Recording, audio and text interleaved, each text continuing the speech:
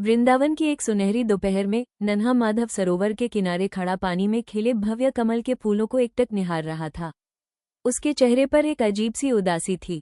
उसने अपने हाथ में पकड़े छोटे और साधारण से चमेली के फूलों को देखा और मन ही मन सोचने लगा कि काश वो भी उस कमल की तरह प्रभावशाली और श्रेष्ठ होता। उसे अपना अस्तित्व उन बड़े फूलों के सामने बहुत छोटा और मामूली लगने लगा। तभी वातावरण में चंदन की भीनी खुशबू महकी और स्वयं भगवान श्री कृष्ण वहां प्रकट हुए।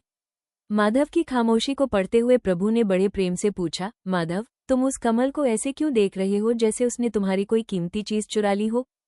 माधव ने अपनी नजरें झुका ली और भर्राई हुई आवाज में कहा, प्रभु, विधाता ने किसी को इतना आकर्षक बनाया और किसी को इतना साधारण क्यों? इन कमल के फूलों के सामने मेरी इन चमेलियों की क्या बिसात? मुझे लगता है कि मैं भी इन फूलों की तरह ही अनदेखा और तुच्छ हूँ। भगवान ने मुस्कुराते हुए माधव के हाथ से चमेली का एक छोटा सा फूल लिया और उसे अपने हृदय से लगा लिया। उन्होंने कहा, प्रिय माधव, क्या ये भव्य कमल इस चमेली की तरह रात के अंधेरे में अपनी सुगंध से पूरे उपवन को महका सकता है? क्या इस कमल को पिरोकर वैसी माला बनाई जा सकती है जो मेरे सबसे करीब रहती है? सत्य तो ये है कि तुलना ही हर दुख की जड़ है।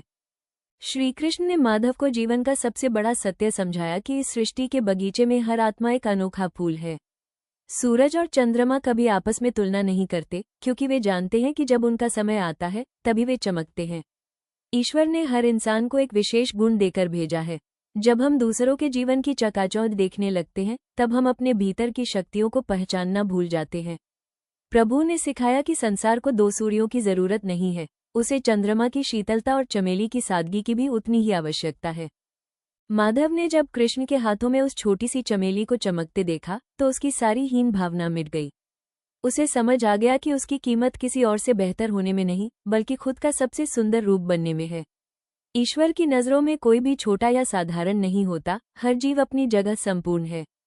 उस दिन के बाद माधव ने दूसरों को देखना छोड़ दिया और अपनी सादगी में ही अपनी महानता खोज ली। याद रखिए, आप जैसे भी हैं, ईश्वर की सबसे सुंदर रचना है।